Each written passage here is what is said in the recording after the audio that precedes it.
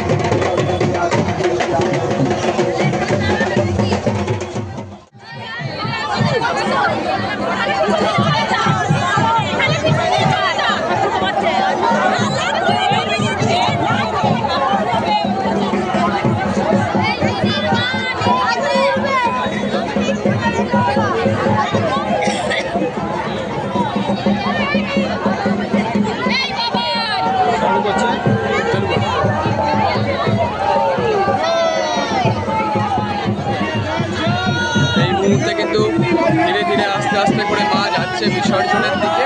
তো সেটা কিন্তু সুন্দর মুহূর্ত, যে মুহূর্তটা আমরা কিন্তু আমাদের ফেসবুক লাইভের মাধ্যমে তুলে ধরছি এবং সুন্দর এবং ধীরে ধীরে মা কিন্তু নিরঞ্জনের দিকে এগিয়ে যাচ্ছে।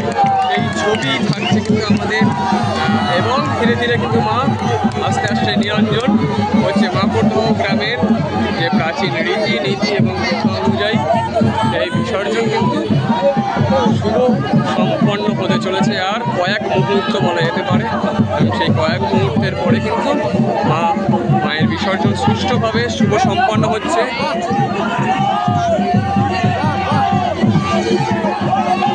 সেইটাই কিন্তু আমরা দেখালাম।